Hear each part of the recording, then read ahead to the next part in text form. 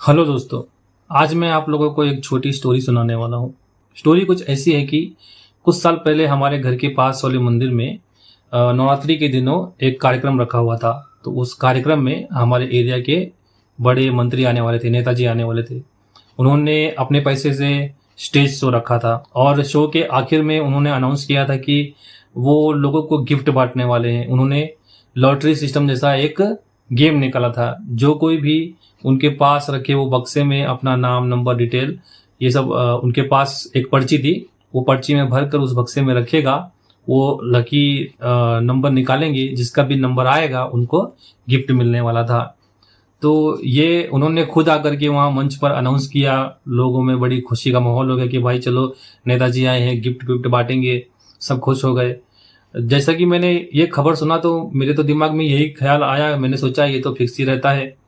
सोचा क्या, हमेशा रहता ही है। वो लोग अपने गिने चुने लोगों को ही सिलेक्ट करते हैं। उनका गेम फिक्स रहता है। जैसे पिक्चरों में भी दिखाया जाता है कि उसको बर्फ के पानी में रख देते हैं या बर्फ वाले किसी कॉन्टेक्ट में रख देते हैं। चिट्ठियाँ ठंडी रहती हैं और वो बक्से में जब डाले जाते हैं तो ठंडी ठंडी चिट्ठियों को वो बाहर निकालते हैं और फिर वो लगी लोगों को वो गिफ्ट मिलता है। मैंने सोचा ये भी वैसे ही गेम है। नेताजी लोगों के सामने अनाउंस करके खुद को पब्लिक के सामने हीरो बना रहे हैं और कुछ नहीं।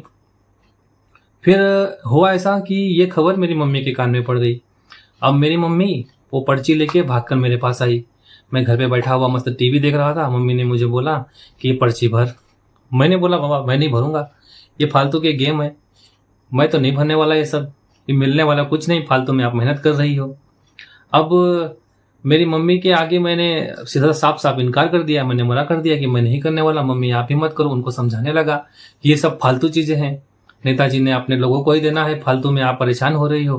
पर मम्मी तो मम्मी है, वो कहाँ मानने से रही, पीछे पड़ गई। नहीं तुझे करना ही होगा, भर के देना ही होगा। अब जब पूरी दुनिया माँ के सामने हार जाती है तो मैं कौन सा बहुत बड़ा तोप हूँ।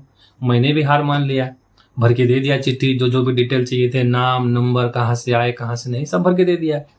अब बोला जाओ जाओ सिमरन, जी लो अपनी जिंदगी। मम्मी गई खुशी खुशी में और जाके उस बक्से में चिट्ठी डाल दी। अब मुझे तो लगा कि फालतू मेहनत किया है, कुछ होने वाला तो है नहीं। जैसे जिस एक्साइटमेंट में गई हैं उसी एक्साइटमेंट में वापस आ जाएंगी। फिर बाद में बोलेंगी नंबर तो लगा नहीं, तूने गलत भर के दिया रहेगा, मुझे ही ब्लेम करेंगी।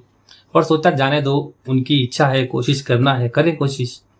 और थोड़ी देर बाद मम्मी खुशी खुशी मेरे पास आई और बोली कि स्टेज पर उनका नाम अनाउंस किया गया है, उनको सेकंड नंबर का अवार्ड मिला है।